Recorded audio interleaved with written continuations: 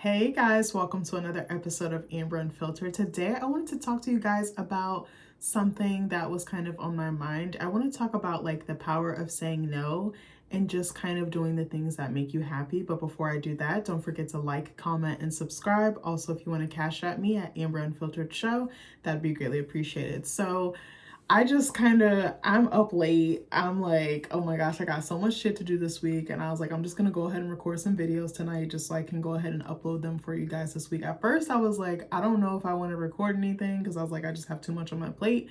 I'm in the thick of editing with this journal that I work on at my school. And I was like, I want to give my full attention to that, but I don't want to like let you guys down. And I also want to be consistent even if I'm not posting as much as I normally am. And I just appreciate you guys for rocking with me and being so patient because I'm kind of all over the place.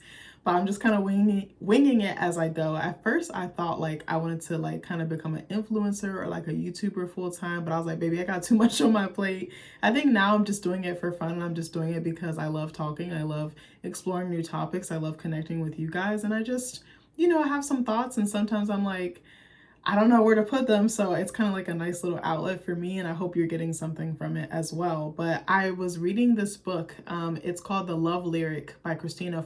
I just finished it last night, I believe.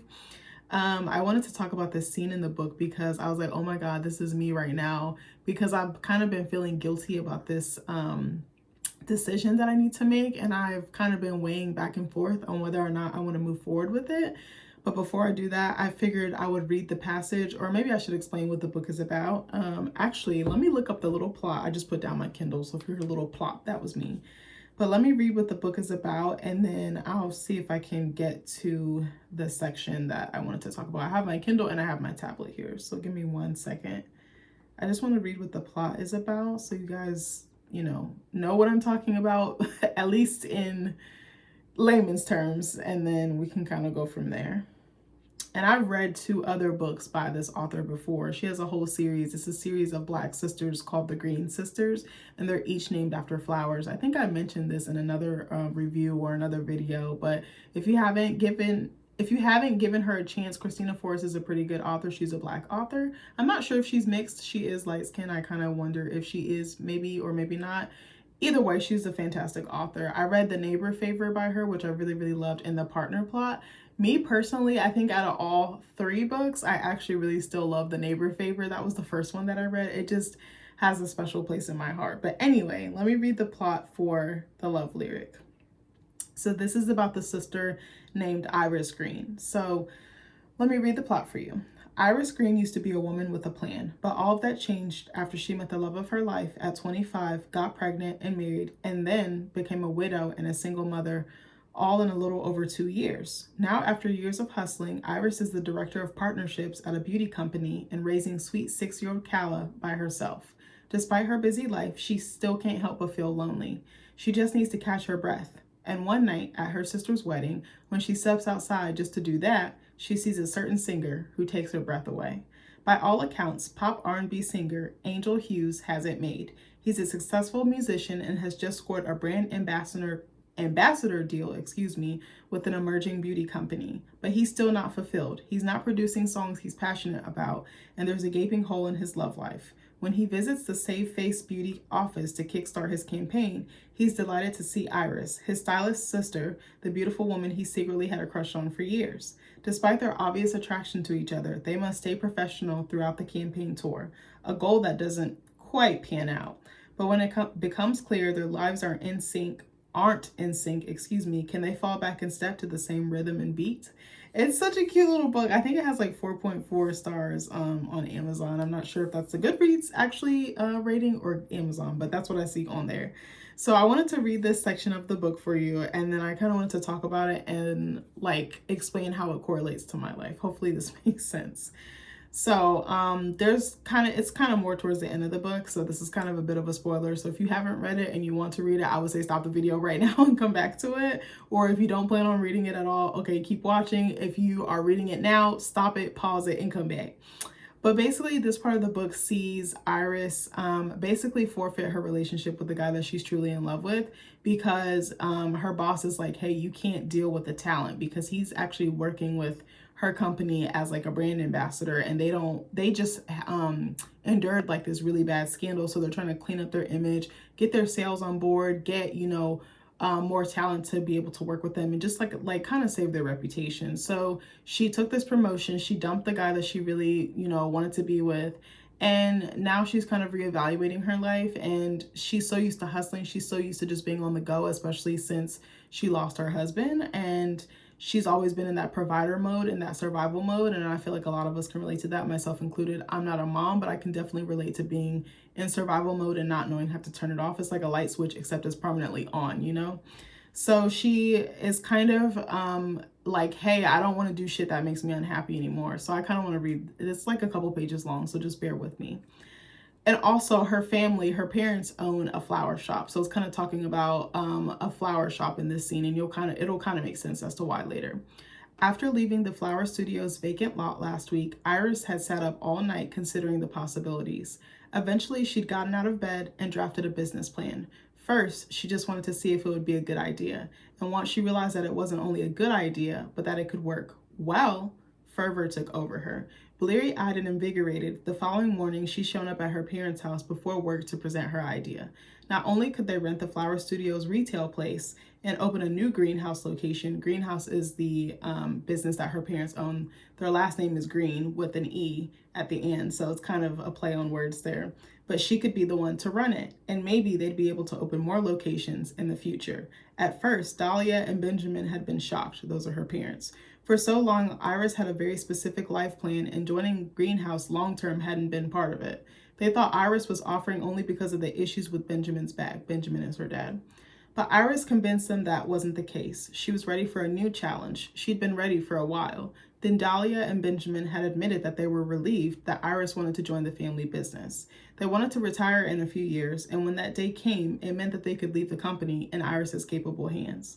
Dahlia had been so excited she plucked a bottle of champagne from the cabinet and popped it right there at the kitchen table, even though it was only 7:30 a.m. Iris laughed as she took a huge gulp, knowing that she'd need the liquid courage in a couple hours. As soon as she entered the Save Face Beauty building, which is where she works, she requested a meeting with Dominique. And there in Dominique's office, she shared the news that she was resigning and switching gears to work with her parents. Dominique had been shocked into silence. She'd literally stared at Iris, slack-jawed. Once she picked her jaw up off the floor, she'd overwhelmed Iris with questions. Wasn't she happy at SFB? Was it the new position? Did she want higher pay? No, Iris said as she sat on the other side of Dominique's desk. I think it's time for me to move on and forge a new path. That's all. Dominique leaned forward and looked at Iris closely. Finally, she asked, is this because of Angel? Iris swallowed and smoothed her hands over her skirt. I'm not leaving because of him, but the fallout helped me realize more of what I genuinely want. The truth is that I haven't felt fulfilled here for a while. I'm really sorry to hear that, Iris. Dominique released a defeated sigh, and I'm sorry that I didn't notice. Iris smiled sadly and scooted forward. Thank you for being the best boss and mentor. Everything that I've learned from you, I'll take with me. You're welcome. Dominique sighed again, but this time she smirked. And one day, when you turn Greenhouse into a nationwide chain store, I'll be able to say that I taught you everything you know. Iris had agreed to stay on for another 3 months to help Dominique find and train her replacement. And I kind of want to end there. But I think the reason why that passage resonated with me, even though it's not exactly the same, is that let me back up. So I told you guys that I was an editor on one of the journals at my school, and it's been a very rewarding, very crazy, very stressful, very confusing, figuring it out on the fly type of situation. And I feel like I'm always put in these types of situations, especially with jobs. The last several jobs I've had like very little training, and I just kind of like wing it, and that's always kind of been my MO in jobs. And I'm a very smart person, and I can figure stuff out and use my previous experience to help me with my current experience. So someone that I work with on the journal had asked, I don't want to say who, but they had asked if I would be willing to be the editor again. So I'd have a semester off, and then in the fall, I would have the summer semester off because they don't do publication during that time. But then they were like, hey, would you be willing to come back in the fall? And even before I was asked this, I had been weighing it back and forth in my mind. And I kind of wanted to say yes, but I was like, are you saying yes because you like to be in control, because you like to be busy, because you don't want to let them down, but also because you don't know what your life would look like outside of it? Because when you give your all to something, even if it's a short period of time, you get so hooked in it, you get so caught up in it. It's like a black hole, it's like a wormhole. You just get sucked in, it's like a vacuum. And I kept weighing it, and I was like, I was not sure. And I was like, usually I'm a very sure person and my intuition is very strong.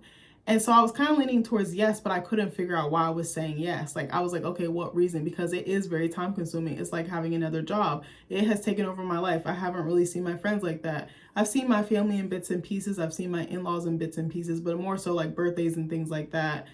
But I was just kind of like, I miss having my life, and I want my life back. Like, yes, I volunteered to do this thing and I feel happy that I'm doing this. I'm happy I'm trying something outside of my comfort zone, but it's a lot to lead a team. This is the first time I've ever really led a team, and I was like, I don't even know what I'm doing. I'm just kind of trying to be the leader that I wished I had saw when I was still working in corporate America or corporate settings. So then last week, or this week, I guess it would be this past week for when you guys see this video, someone that I work with on the journal was like, hey, would you want to do this again? And I was like, I'm not sure. I was like, I keep weighing it back and forth, back and forth. And I was like, I feel like I'm basing my decision off my emotions. So when I'm really stressed, of course, I'm tending to steer towards no. But when I'm like very calm and things are not going crazy and they're going pretty much according to plan, I'm like, yes. But I still couldn't figure out. And I was like, why can't I decide? Why can't I make a concrete decision? And I even tried to talk to Nick about it. I tried to talk to some of my friends, and I still couldn't quite come up with a decision. And it's like, but if you're so like ambiguous and you can't, or I don't even want to say ambiguous, if you're so uncertain, if you're so indecisive, or your mind keeps changing from one minute to the next, that probably isn't a good thing. It's like, it's okay to step away from it. But I think I just pride myself on being busy, and I think the other day I was thinking to myself, like, why am I like this? What motivates me? And I couldn't come up with an answer. And I was like, what's wrong with me? But I was like, that's the honest to God's truth. I can't really tell you. Like, I just want to do a good job. I want people to know that I work hard. I want people to know that I'm a kind person, that I'm a good person, and that I'm a hardworking person and an honest person, or at least I try to be. But I was like, what motivates me? And I was like, damn, I think just the motivation to have a better future, to provide for my future kids, to provide for myself, to live a comfortable life. I don't need to be rolling in it, but I want to make a living off my art. I do strongly believe that I can really make something of myself as an author, as a writer. But this is kind of like me building to that point, I feel like. And I feel like I have so much writing on this, but maybe that's just me putting pressure on myself. But I really firmly believe by going to school, I can elevate my talent and use it to leverage the type of lifestyle that I want. I firmly believe that. Like, nobody's going to tell me anything different. But I was like, I'm kind of feeling like, no, I don't want to do it. And I was like, maybe there's a little bit of people pleasing in there. Like, maybe I am scared to say no because I don't want them to look at me funny. But I'm like, I realized, I was like, I want my life back. I want to just focus on school. I worked so hard for the last 5 years. I had to do all these classes that had something to do with my major, but not, because in community college, or even when you're getting a 4-year degree, if you don't have transferable credits from another institution, you have to prove that you can master the math, the science, the history, your prerequisites, or your core classes. And I was like, finally, I'm getting to the meat and potatoes of the thing I really want to do. It's just straight writing classes. It's just straight English classes or English electives. And I was like, this is the thing I've been wanting for so long. I want to get into making new art. I want to make a portfolio. I want to create new ideas and like flesh those out more. I want to have mentorship. I want to network. I want a community. I want to refine my talent. I want to refine the thing that God instilled in me, which is storytelling. I don't think it's any mistake that I'm a storyteller. So I was like, damn, I feel so guilty because I don't know if I want to do this again. I was like, it was a lot of work. Not that it was a bad thing, but I was just like, I won't really have a life. And I was like, to be doing this around the holidays and later parts of the year where I don't know what's going to be happening and how busy I'll be and things like that. I was like, at times I felt kind of sad and at times I felt kind of overwhelmed. And I think that's human. Not to say I didn't enjoy the experience because I truly did, but it was very fucking hard. And I had guidance, of course, but a lot of it, I winged it. I learned on the fly. I taught myself a lot of the things. And I'm a very smart person. Not to say that in a cocky way. I know myself. I'm very smart. I'm very motivated. You only have to show me one time, maybe twice, and then I'll get it. Like, I'm very much a take charge type of person, and I want to do a good job, and I want other people to be proud of me, but I want to be proud of me. I wanted to know that whatever I attach my name to, it's going to be top quality. It's going to be top tier. I just really pride myself in that. But that passage in the book made me realize that it's okay to say no. And like, I've always said this to myself periodically. Like, I heard this quote, I forgot who said it, but they were like, no is a full sentence. And I think I wanted to talk about that, like how that can be empowering and knowing your limits and knowing your boundaries. I think that's what I was getting at. And I realized that the other day, I was like, this is my boundary. I don't have to do this again, or I could revisit it in the future. Just because I say no now doesn't mean I'll say no in the future. But I was like, I really want to enjoy my schoolwork. I really just want to focus on class and work. I was like doing this, working, filming videos, and like it's a lot. Like at first I was like, when I first started coming back to doing videos, I was like, I don't even know if I can maintain this because it's about to get busy again. But I was like, I owe it to you guys to be consistent, and I owe it to myself to be consistent. But I was just thinking about how this woman, even though I don't know her and she's a fictional character, is doing the thing that I'm doing and vice versa. Like I was just like, I see myself in her because she doesn't want to disappoint. She has high expectations of herself. Other people have certain expectations of her or for her, but it's like she wasn't happy. She wasn't being fulfilled, and she chose to walk away and do the thing that she was really passionate about.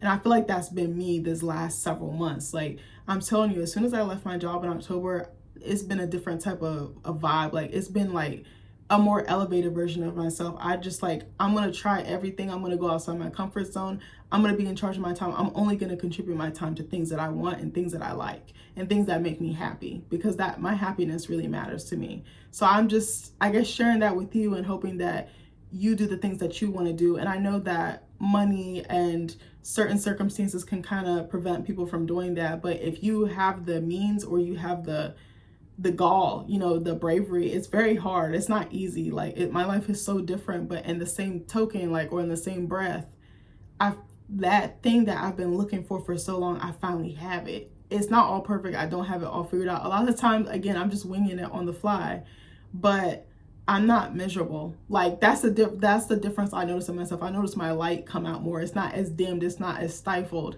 And I'm sharing that to say that you can do the same thing. But hopefully this video makes sense. But I just wanted to talk about that.